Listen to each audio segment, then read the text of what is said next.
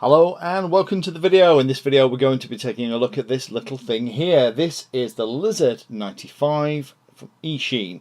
Now this is about £100 at the moment, which sounds like an awful lot of money for a little 95mm quad, but this little guy has ideas very much above his station.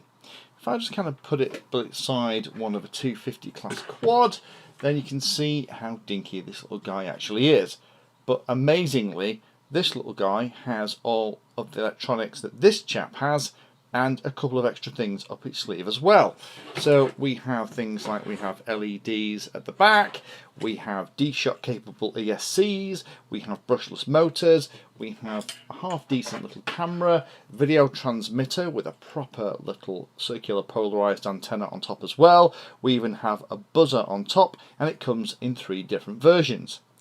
Now what I'm going to do in this video is, first of all, we'll talk about this little guy, we'll go through some of the features, then let's plug it into Betaflight. I'll show you how to do that. You have to plug in. There's no USB cable or connector on here. This little white thing at the side, hopefully the camera's picking that up, is where you plug a cable into. Then you can plug it into the PC and do everything you want to. So it's full Betaflight implementation, including the on-screen display, so that when you fire it up you get the Betaflight logo. You can go and configure it all through the OSD. In fact, I've had a request from a subscriber to show how you do all that stuff through the on-screen display. So this is the little guy that I think I'll do it with. The camera's even adjustable, so at the moment I've got it as far forward as you possibly can. I don't know why they've designed it so it looks like an open mouth here. Looks like Venom from Spider-Man with the mouth open. But you can have it tilted forwards and backwards, and it comes with a little battery as well. And at the end of the video, what we'll do is we'll jump onto the field and I'll take it for a little fly and I'll show you what this thing is like. So let me show you what else comes in the box along with it, what you get for your pennies.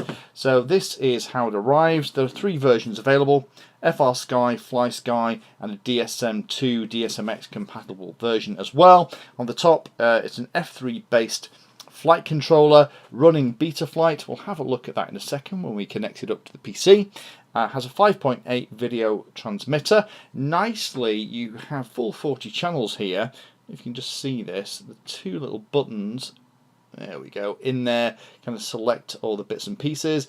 You have full 40 channels, and you also have the ability to switch between 25 and 100 milliwatts as well, which is great.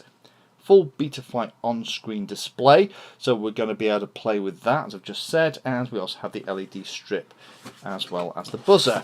If you open it up, then all you really get is the manual. The manual's actually pretty good. It even shows you how to set up things on a Tyrannus and how to do things like the arming switches. So this is great if you're going to get this to connect to one of the radios.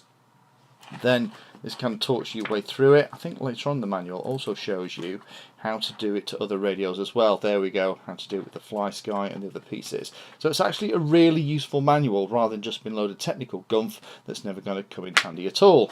You get a spare set of props, which is nice.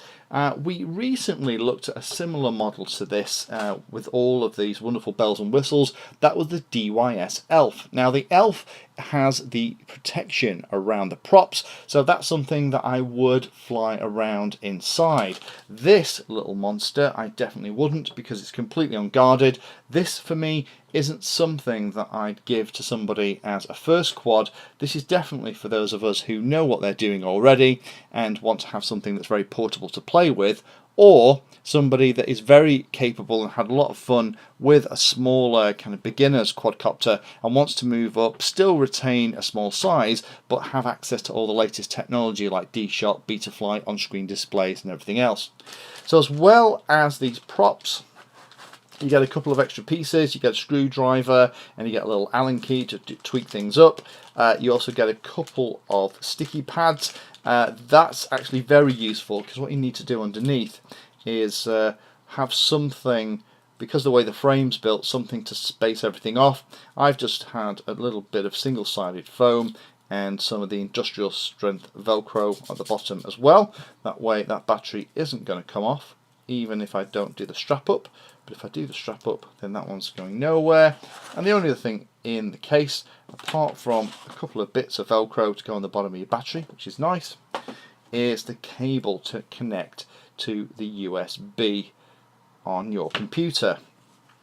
And the way that works, that just plugs into the side here, and then once you've done that, you're ready to talk to this little guy with Betaflight. So let's do exactly that. Let's plug it into the computer and I'll show you what this guy looks like inside Betaflight itself.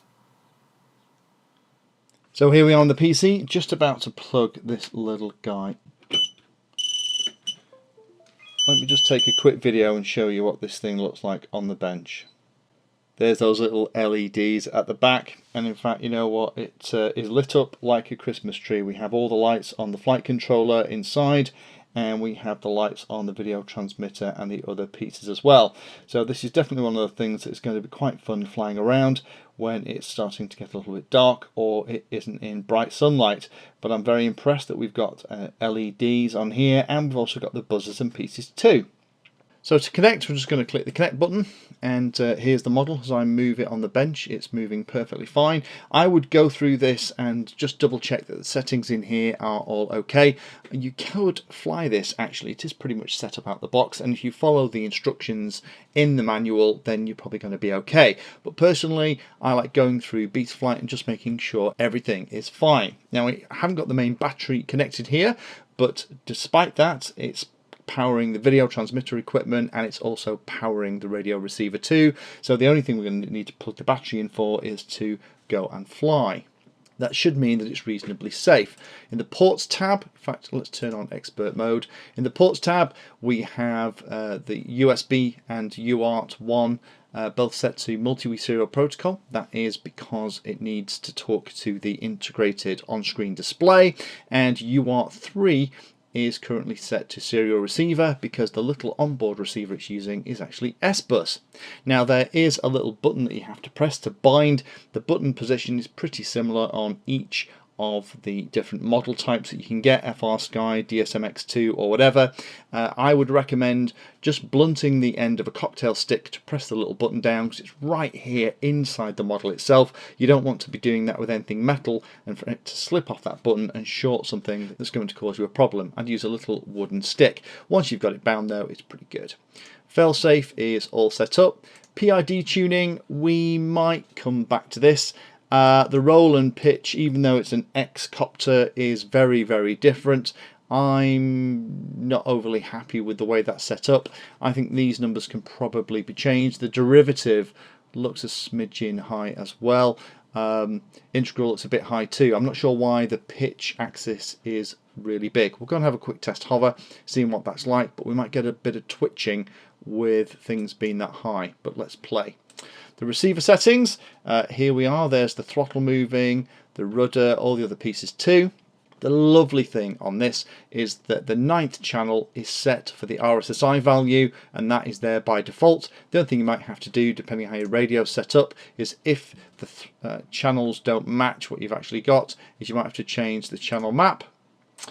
Then the next thing in here is modes. Now this is how I have my mode set up as it comes out of the box. This is actually how it appears. Let me just overlay that. By default, you just have auxiliary 1 set to your arming switch, and auxiliary 2 is set to either be acro mode in the lowest position or angle mode, and then at the top position it's kind of rate mode with air mode on as well. I've changed mine a little bit just to match what I have on all the other quads. Low position, auxiliary 1 is my switch. If I just go back in the receiver, if I move auxiliary 1, rate mode active, horizon mode, angle mode. You can hear the little beep from the quadcopter confirming changes. Again, really nice little touch, very handy to help find this little guy if he comes down in longer grass. If we've got to mode, so auxiliary 1 is going to change from angle mode to horizon and to rate mode at the top. Horizon and rate mode are going to have air mode on as well. The only other thing I've done is set auxiliary 3 to be the beeper. That way I can make that beeper sound if I have a little bit of a problem. Auxiliary 2 is set to arming, so that's all good as well. Nothing in adjustments, nothing in all those bits and bobs. Ooh, actually, let's go back to configuration. Let me show you some stuff in here. This, when I first started looking at this model, was the stuff that started me giggling, because it looks like a much more expensive, bigger model. So it's running D-Shot 600 amazingly. It has motor stop turned on. Personally, I think for a small quad like this, that's not a bad idea. There's a very good chance if you come down in grass, it's going to be running the motors against the grass, and that's going to destroy ESCs, props, and potentially motors as well. So if you wanted to, you could turn that off. That's going to be better if you want to do more kind of flips and roll kind of stuff. VBAT's enabled, currents enabled. System configuration, we've got an 8 kHz gyro update frequency. The only things it's got turned on are the LED strip and the on-screen display, which makes absolute sense. All the other stuff isn't really needed. The only other thing that I've done in here is I have changed the craft name so that can be displayed in the on-screen display. So let's go to that little bit. Here's the on-screen display, which is configurable through Betaflight, whereas a lot of the other really small quadcopters like this, the little brushless versions, isn't. So this is how I've set mine up. So we have the craft name at the top, that's going to be my name, Painless 360 that we just saw. We have the RSSI value, the fly time, milliamp hours consumed, battery voltage, how we're actually flying. We can turn off the other bits and pieces, but we'll take that for a flight in a minute. Love that we can do all that on this little model through this setup. LED strip, there's the 4 LEDs at the back. At the moment set to operate as a Larsen scanner. So we just click on that, there we go, we have Larsen scanner turned on. It's also going to be an indicator for left and right as well, which is going to be quite cute. And then the last thing I'll show you is the actual version that's on here. So the version that's shipped with it is a little bit old. It's the Omnibus Target version 3.1. As I'm recording this, I think we're 3.1.7, but you know what, 3.1 will be fine to fly with. So now I know that my receiver is going to work. Let me just double check. It's going to settle at 1500. Pretty close. Okay, that all looks good to me. Then I think that we're ready to go out to the field and give this guy a little bit of a flight. So as a bit of a test, just before I took it out to the field to give it a good fly, I did try a test hover in the back garden, and hopefully what you can see in this little video here, if I just shut up for a minute, you'll hear the chattering of the motors. And what I suspect that's got something to do with is that PID setting that we looked at when we originally looked at the stuff in Betaflight. So what I did, went back into Betaflight and I've changed those PIDs a little bit. So hopefully these new settings will be a little bit more gentle. So now I've got that sorted out, let's go out to the field and give this thing a fly. So here is the FPV footage as I'm mooching around. The nice thing about this, it hovers well under 50% throttle. On my Taranis, I've got it set to hover about -12, which is just below the halfway point on the throttle itself. And it flies beautifully, loads of power. The on-screen display is working really well, but oddly I found that 2 sets of fat chart goggles that I've been trying it with, both the HD3s and also the new Attitude V3s, wasn't recording the on-screen display. Now I had to move things around in the image to get the on-screen display to fit, and what I'm wondering is whether or not it's not actually capturing the whole of the frame. But more about that in a second. I flew here for about 3-4 minutes. It was just over 3 minutes, about 3 minutes 10 seconds, and when I got back the battery was just under halfway. So if you're not flying like a complete lunatic, you'll probably squeeze 6 minutes out this battery. If you are, you're probably going to be more like 4.5-5 minutes of flight time. One of the things that I did notice that you can't see because it hasn't recorded the on-screen display, and it hasn't appeared in any of the recordings I've got flying with this little thing, which is a bit sad, but one of the things I noticed was that the milliamp hour counter at the bottom, I think the scale must be wrong, because when I landed after 3 minutes 10 seconds in the flight we're looking at, it was saying that I'd consumed something like 1000 milliamp hours. Now if you look at the bottom, that this thing is actually a little 550 milliamp hour pack. There we go. Not sure how it quite managed to do that, so there's probably a little bit of tweaking in there as well. But in summary, for the flight, it is brilliant, great fun. With its exposed props, I wouldn't like to fly this indoors, but it's a capable little machine and copes with wind without a problem at all. I guess it's just not small enough to get knocked around. The camera works very well considering its size and is better than a lot of other ones that I've tried. So, and all in all, a very, very fun little quad to play with, and it is probably going to be right up there with some of my favourites. So now we've talked about that, let me talk a little bit about the summary, about the good bits and the bad bits, and how I've actually found this little guy. So the first good bits, it is a very, very capable little craft. This thing looks like a full-size 250 until you pick it up and then you realise that it only fits in the palm of your hand. It has the on-screen display, it has the Betaflight, it has D-Shot ESCs. The motors work really well. In fact, when I've been flying with the settings that I just showed you that I changed the PIDs to, they're probably slightly soft, but the motors were lovely and cool when I landed, and I've had a couple of interesting landings. You can probably see some of the marks on some of the blades, but they survived very well indeed. This is one of those models that I'd recommend for a more experienced pilot who wants something that's very, very portable to throw in a bag. This is definitely something I can stick in a bag if I'm staying at a hotel, and if I've got a local place that I can fly, I can take it with me. The bag to carry the radio and the goggles is going to be much bigger than I need to carry this little thing. So it's definitely handy for those kind of pilots. Also useful for those that want to move up to flying outside, that have been used to flying smaller brushless models as well. If you don't want to move up and get into full 250 class or build your own, then this provides a nice stepping stone, because it not only gives you a lovely flying experience, but it gives you access to all of the technology that you're going to run into if you continue with the hobby and get into bigger and bigger models. The spares too are readily available, so if you do break something, you don't have to worry that that's it, you've knackered the whole thing. The spares are available from Banggood, so I'm very pleased to see that. If I did actually manage to snap something as I was flying around, and touch wood, I didn't manage to break anything doing the review, but if I do, then I've not got a problem, I can get those spares to sort them out. Couple of things to remember though, you will need to tweak those PIDs. They are not set up very well. A bit disappointed that somebody at Eachine hasn't had a little bit of a better go at setting this little guy up. The other thing you'll have to do as well is make sure that you have an adapter to charge the XT30 battery. I didn't, so I had some XT30 connectors and I've just soldered them back to back so I can use this on a standard charger, and that's working fine. Flight time, I reckon, is super aggressive, 4 minutes, but if you're pootling around, you're going to get more like 6 with a battery. If you're going to get one of these, I'd definitely get more than one battery, because going all the way to the field for 5-6 minutes of fun and then having to trape all the way back is a bit sad. So I'd definitely look at getting at least another battery if you're going to get this guy.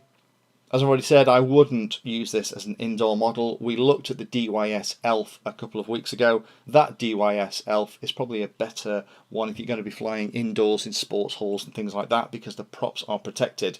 This thing, as soon as it hits, particularly with the speed these little things go at, if it hits anything at all, it's going to destroy the prop and it's going to make a mess of whatever it hits. So this is definitely not something that I'd use for indoor flying. If you're going to use that kind of indoor flying, then you'd look at the DYS ELF. Last thing to think about then, it is a £100 model. It is relatively expensive. You get all the coolest technology, and the technology works really well, even with the LEDs and the buzzer and everything else in here. But remember, £100 will kind of start to get you into the territory of a cheap and cheerful 250 class as well. So do be aware of that if you're thinking about making a choice. But for me, this Eachine Lizard 95, along with that DYS ELF that we've already looked at on the channel, represent the two best current choices for a brushless quad. This one is a little bit more sophisticated. It doesn't have the prop guard, so you do have to be more careful, and it also has a more useful circular polarized antenna, and once you've raked the camera forward a little bit, you can get into all the buttons relatively easy to change the band, channel and everything else. Thank you for taking the time to watch that video, and particularly for watching right to the very end. We try and release a video on Tuesday and Friday, and sometimes we'll release 1 or 2 extra ones in a week as well. All of the videos on the channel are organised into easy to use playlists, so do have a look in there, because if you're interested in a subject, we organise all the videos on that subject so you can find them easily all together in one place. If you like what we're doing, then please like and subscribe and tell others about the channel so they can come and join as well.